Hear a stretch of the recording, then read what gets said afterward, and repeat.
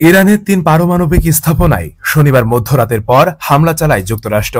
এর প্রতিবাদে গতকাল রোববার বিশ্বের বিভিন্ন শহরে বিক্ষোভ অনুষ্ঠিত হয়েছে। ইরানের তেহরানে যুক্তরাষ্ট্রের সাম্প্রতিক বিমান হামলার প্রতিবাদে হাজারো মানুষ রাস্তায় নেমে এসেছেন।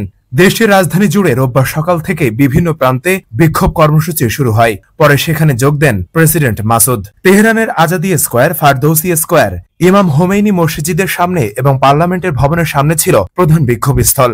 তবে দেশটি বিভিন্ন স্থানে ছোটখাটো করে বিক্ষোভ হয়। তেহরানের আজাদি স্কোয়ারে আসেন প্রেসিডেন্ট মাসুদ। পরে তিনি বিক্ষোভকারীদের সঙ্গে অংশ নেন।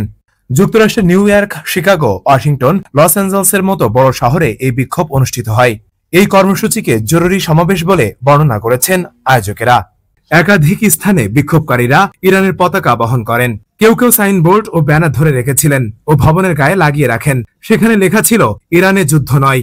ওয়াশিংটনের হোয়াইট হাউসের ফটকের বাহিরে অন্তত ২০০ জন বিক্ষোভকারী প্রেসিডেন্ট ডোনাল্ড ট্রাম্পের হামলার নিন্দা জানায়। ফ্রান্সের প্যারিসে ইরানের হামলার প্রতিবাদে বিক্ষোভ সমাবেশ অনুষ্ঠিত হয়। নেদারল্যান্ডের হেগ শহরে ইরানের হামলার প্রতিবাদে বিক্ষোভ অনুষ্ঠিত হয়। রোববার বিক্ষোভকারীরা ইরান ও ফিলিস্তিনের পতাকা নিয়ে সেখানে জড়ো হয়। যুক্তরাষ্ট্রের টোকিও অ্যাম্বাসির সামনে প্রতিবাদী বিক্ষোভ করা হয়।